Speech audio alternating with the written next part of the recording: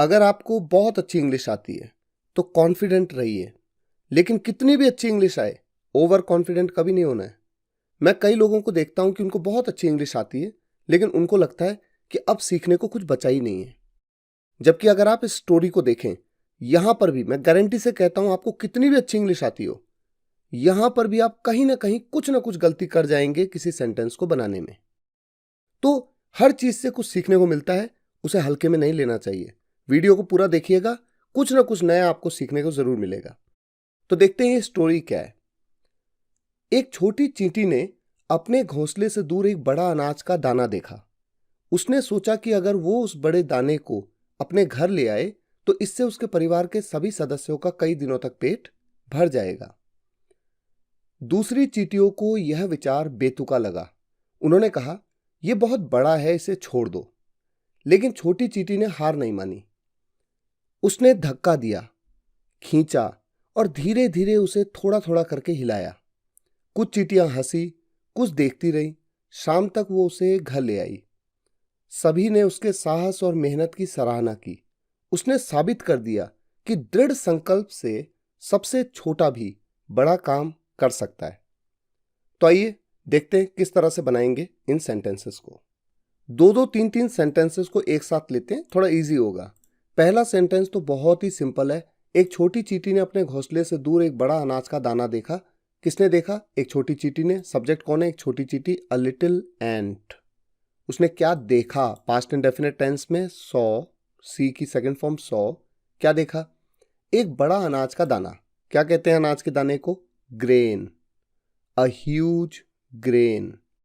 Food grain भी कह सकते हैं, पर केवल ग्रेन कहेंगे चल जाएगा। अ ह्यूज ग्रेन अपने घोंसले से दूर, फार फ्रॉम हर नेस्ट। सिंपल। पहले तो इस सेंटेंस को हम बना लेते हैं, ठीक है। ये सेंटेंस तो बिल्कुल सिंपल है। अ little ant saw a huge grain far from her nest. अब यहां पर एक इंटरेस्टिंग चीज थोड़ा सा मैं आपकी नॉलेज के लिए आपको बता दूं। आपने अक्सर ये सुना होगा कि जो बर्ड्स और एनिमल्स होते हैं, हमें उनके जेंडर का पता नहीं होता कि वो ही है कि शी है ना, मेल है या फीमेल है। ऐसे में इट का यूज कर सकते हैं, बिल्कुल कर सकते हैं। इट का यूज बिल्कुल यूनिवर्सल है।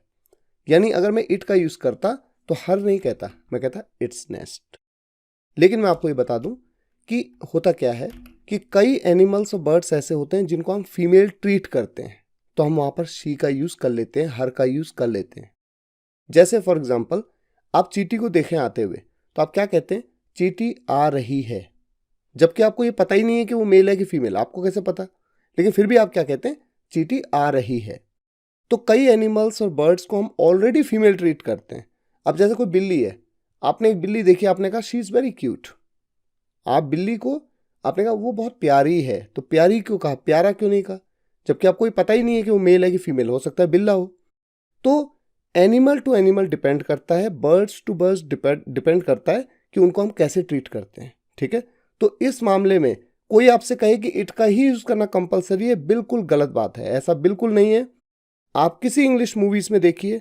और एक और चीज मैं इंटरेस्टिंग आपको बताऊं, अगर आपका अपना पेट है तो आपको मालूम है कि वो मेल है फीमेल है, ऐसे में आप ही और शी का ही यूज करें, इट का यूज नहीं करना है हमेशा, ठीक है। अच्छा, आगे बढ़ते हैं। देखिए, इस सेंटेंस में ना आपको थोड़ा कंफ्यूजन हो सकता है। उसने सोचा, शी थॉट की के लिए आप क्या यूज करते हैं? जनरली आप दैट का यूज कर लेते हैं। लेकिन आपने कंजंक्शंस में पढ़ा है कि हर जगह दैट का यूज आप नहीं कर सकते हैं। डिपेंड करता है सिचुएशन क्या है, किस तरह का सेंटेंस है आगे, ठीक है। दैट की जगह पे इफ का भी यूज करते हैं, कई जगहों पे वेदर का यूज करना पड़ता है। या फिर आप ये जानते हैं कि अगर की के बाद का जो क्लॉज है, अगर उसकी शुरुआत किसी WH फैमिली मेंबर से हो रही है, जैसे व्हाट, व्हाई, वेयर, हाउ, ऐसे में उस WH फैमिली मेंबर का यूज करना पड़ता है, दैट का यूज वहां पर नहीं किया जाता। आप देख रहे हैं यहां पर की के बाद का जो ये क्लॉज है, ये कंडीशनल क्लॉज है। पूरा सेंटेंस अगर देखें ये कंडीशनल है ना, तो कंडीशनल क्लॉज है, अगर के साथ शुरुआत हो रही है। ऐसे में दैट का यूज आप नहीं कर सकते। यहां पर कैसे होगा? इफ, ठीक है। एक तो बात ये हो गई। अब ये जो सेंटेंस है ना, बहुत कंफ्यूज कर सकता है आपको, और आप बनाने में दिक्कत आ सकती है, इसको समझना बहुत ज़रूरी है। लेकिन इसको समझने के लिए हमें पहले स्टेप में एक काम करना पड़ेगा, इस सेंटेंस को एक पल के लिए भूलना पड़ेगा। भूल जाइए कि ये कुछ है, सिर्फ यही सेंटेंस है। पहले इसको बनाते हैं कि ये कैसे बनेगा। इफ़ के साथ शुरुआत होगा, ठीक है, तो आई को कैपिटल कर देते हैं, ये क्लियर है। अब देखिए, अगर वो उस बड़े दाने को अपने घर ले आए, अगर वो ऐसा करे तो इससे उसके परिवार के सभी सदस्यों का कई दिनों तक पेट भर जाएगा। तो अगर वो ये करे तो ये होगा, यह हो जाएगा, यही है सेंस।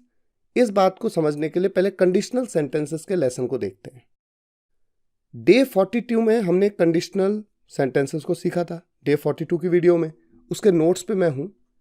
सबसे पहले मैं एक काम करता हूं, सीधा मैं उस चार्ट पे चला जाता हूं जहां पर सभी तरह के कंडीशनल सेंटेंसेस हैं। ये देखिए, कंडीशनल सेंटेंसेस टाइप 0, टाइप 1। अब आप टाइप 1 को देखिए। टाइप 1 जो सेंटेंस है, real condition and probable result. अगर ये करें, अगर ये हो, करें या करेंगे, तो वो होगा, हो सकता है, होना चाहिए। हमारा केस क्या है, अगर ये करें तो वो होगा। तो यहां पर कैसे बनेगा, इफ के साथ प्रेजेंट सिंपल, उसके बाद विल, में, माइट, कुड, शुड का यूज डिपेंड करता है कि चाहिए बोल रहे हैं, सकता बोल रहे हैं, होगा बोल रहे हैं। अगर गागेगी बोल रहे हैं तो विल, सकता है बोल रहे हैं तो मे, माइट या कुड, और चाहिए बोल रहे हैं तो शुड। यह आपने सीखा हुआ है ना, इसमें कोई कंफ्यूजन नहीं होना चाहिए।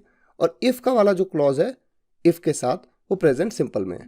तो देखिए, अगर वो उस बड़े दाने को अपने घर ले आए, प्रेजेंट सिंपल में कैसे बनता है, प्रेजेंट सिंपल मतलब क्या, अगर टेंस में, चूंकि घर लाने की बात हो रही है, टेंस में है ना, तो टेंस बोले तो प्रेजेंट सिंपल मतलब present indefinite.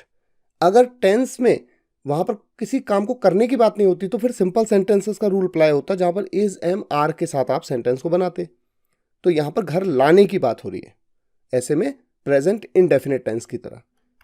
If she brings, अगर वो लाए, प्रेजेंट इंडेफिनिट यानी present simple. If she brings, उस बड़े दाने को, दैट ह्यूज ग्रेन, कहां लाए, अपने घर, टू हर होम, तो इससे उसके परिवार के सभी सदस्यों को कई दिनों तक पेट भर जाएगा। तो के लिए हम देन का यूज करें ना करें, कंडीशनल सेंटेंसेस में आपको बताया था, कर भी सकते हैं, नहीं भी कर सकते हैं, कोई प्रॉब्लम नहीं है। लेकिन जनरली कॉन्वर्सेशंस में करते ही नहीं है, ठीक है, डायरेक्ट बोलते हैं। इससे उसके परिवार के सभी सदस्यों का कई दिनों तक पेट भर जाएगा, यानी ऐसा होगा। क्या सीखा आपने टाइप 1 में, विल का यूज, ध्यान रहे, विल का यूज सीखा आपने। तो कैसे बनाएंगे, यानी ये जो ग्रेन है, जो दाना है अनाज का, ये क्या करेगा, इट विल फीड, ये फीड करेगा, यानी पेट भरेगा उनका। इट विल फीड, किसका पेट भरेगा, सभी फैमिली मेंबर्स के, उसके सभी family members, all of her family members. कब तक, कई दिनों तक, फॉर सेवरल डेज। अब देखिए इंटरेस्टिंग बात और बहुत इंपॉर्टेंट बात, आपको ध्यान से समझना है। अगर मैंने ये सेंटेंस एक पल के लिए मैं भूल गया था, मैं इसको अब नहीं भूलता, जोड़ देता हूं। तो यहां पर जो की है, इसको जोड़ दूं तो देखिए, ये इफ को मैंने कह दिया, पर क्या ये सही होगा। अब आप इसे ऐसे समझिए, ये जो भी कंडीशन दी गई है कि अगर ऐसा हो जाए तो ऐसा हो जाएगा, ये जो कंडीशन दी गई है, ये प्रेजेंट में नहीं है, ये पूरी बात पास्ट में बोली गई है। देखो, उसने सोचा, बीते कल में उसने सोचा कि ऐसा होगा। आपको पता है, ये बात आपने सीखी हुई है कि जब भी पास्ट में फ्यूचर के बारे में कोई बात कही जाए, पास्ट में, जैसे कि थोड़ा सा याद दिलाने के लिए, हो सकता है आपको लगे अरे सर ये क्यों रिपीट कर रहे हो, ये तो हमें पता है। देखिए, अगर मैं कहूं उसने कहा कि मैं आऊंगा, दैट ही सेड दैट, मैं आऊंगा, तो आई विल कम तो नहीं कहते ना, क्या कहते हैं, आई वुड कम। क्यों कहते हैं, इसलिए कहते हैं कि उसने कहा, बीते कल में उसने कहा कि मैं ये करूंगा भविष्य में। तो जब बीते कल में भविष्य में किसी काम को करने की बात हो, ऐसे में विल नहीं वुड का यूज होता है। उसी तरह से यहां पर ये जो पूरा का पूरा क्लॉज है, ये पूरा, ये कंडीशनल, अभी तो अगर अलग से देखें तो ये तो प्रेजेंट में लगेगा आपको टाइप 1 का, लेकिन जब आप इसको ऐसे देखें कि ये पूरा का पूरा बीते कल में इसके बारे में सोचा गया है, उसने सोचा कि अगर ऐसा होगा तो ऐसा करेंगे या ऐसा होगा, तो बीते कल में है इसलिए पूरा का पूरा प्रेजेंट में नहीं पास्ट में हो जाएगा। तो ये ब्रिंग्स नहीं आएगा, क्या आएगा? Brought, past indefinite tense. तो तब ये प्रेजेंट सिंपल नहीं रहेगा ना, पास्ट सिंपल हो जाएगा। और ये क्या हो जाएगा? विल नहीं बल्कि वुड। अब आप समझे मैं क्यों कह रहा था कि उसको हटा देते हैं। देखिए हो सकता है आपको पहले से पता हो, मैंने कहा ना अगर आपको इंग्लिश आती है तो कॉन्फिडेंट रहिए, कितनी भी अच्छी इंग्लिश आई ओवर कॉन्फिडेंट नहीं होना है। हो सकता है ना कि आप में से बहुत से स्टूडेंट्स यहां पर गलती करें, इस सेंटेंस को इसी तरह से बनाया जाएगा, ठीक है। तो ये हमारा पूरा सेंटेंस 2 सेंटेंसेस बन गए। A little ant saw a huge grain far from her nest, she thought if she brought that huge grain to her home it would feed all of her family members for several days. इस तरह से बनेगा। Next, दूसरी चींटियों को यह विचार बेतुका लगा, यानी उनको इलॉजिकल लगा। दूसरी चींटियों को इलॉजिकल लगा, जैसे मैं कहता हूं ना मुझे ये बेकार लगा, आई फाउंड इट बैड, तो उसी तरह से दूसरी चींटियों ने क्या कहा, क्या किया? Other ends found this idea बेतुका, illogical. Other ends found this idea illogical, और उन्होंने कहा एंड दे सेड, यहां पर आप दे का यूज कर भी सकते हैं नहीं भी कर सकते हैं, क्योंकि बात तो सही है, उन्होंने ही तो कहा, वो अदर एंड्स की बात हो रही है। Other ends found this idea illogical and said, दे भी कह देंगे कोई प्रॉब्लम नहीं है। क्या कहा उन्होंने? यह बहुत बड़ा है, it's to big.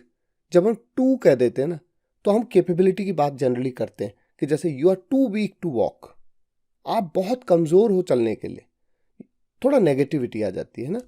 It's to big, ठीक है, एक्सक्लेमेशन मार्क आ गया, क्योंकि थोड़ा सा एक्सप्रेशन है चौंकते हुए कि ये बहुत बड़ा है, ये बहुत बड़ा है, इसे छोड़ दो, लीव इट, लीव इट।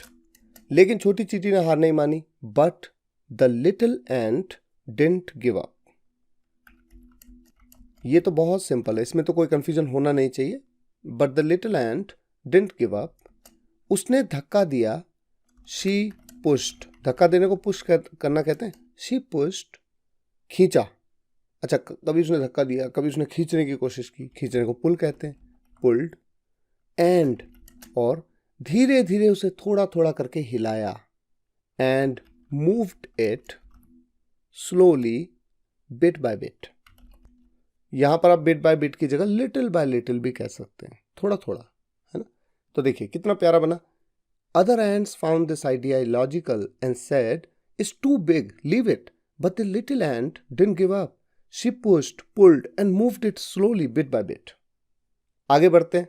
कुछ चींटियां हंसी, कुछ देखती रहीं। कुछ चींटियां हंसी, बहुत ही सिंपल है। Some ants laughed. कुछ देखती रहीं, कुछ देखती रहीं। उन्होंने देखने का काम करती रही वो। तो जब हम कहते हैं ना किसी काम को करते रहना, तो हम क्या यूज करते हैं? सोचिए, कीप का यूज करते हैं। तो कैसे बनेगा? सब्जेक्ट है सम, देखती रही, यानी देखने के काम को करती रही, करने के लिए करते रहने के लिए कीप का यूज करते हैं, और ये पास्ट इंडेफिनिट टेंस है, तो कीप की सेकंड फॉर्म केप्ट। और कीप के बाद जो भी वर्ब ऑब्जेक्टिव पार्ट में आती है उसकी आईएनजी फॉर्म आती है। देखने को वॉच कहते हैं, वॉचिंग। सम केप्ट वॉचिंग, सम एंड्स लाफ्ड, सम केप्ट वॉचिंग। अगर यहां पर आप कहें सम वॉच्ड तो भी गलत नहीं है, मतलब गलत तो नहीं है, लेकिन बेस्ट क्या है वो भी तो समझना है। ये बेस्ट है, इसी तरह से बोलना चाहिए आइडली। लेकिन अगर वॉच्ड कह देंगे तो समझ में तो आ जाएगा, सम एंड्स लाफ्ड, सम वॉच्ड। लेकिन सम केप्ट वॉचिंग, वो देखती रही, ठीक है, क्योंकि वो देख रही थी ना पहले से कि हिला रही है, हिला रही है, हिला रही है, ला रही है, इधर ला रही है, और फिर वो ले आई। अब देखिए शाम तक वो उसे घर ले आई। बाय द इवनिंग वो उसे घर ले आई। शी, अब आप कहेंगे वो उसे घर ले आई, पास्ट इंडेफिनिट टेंस में, शी ब्रॉट इट होम। सभी ने उसके साहस और मेहनत की सराहना की, सभी ने चीयर किया या अप्रिशिएट किया।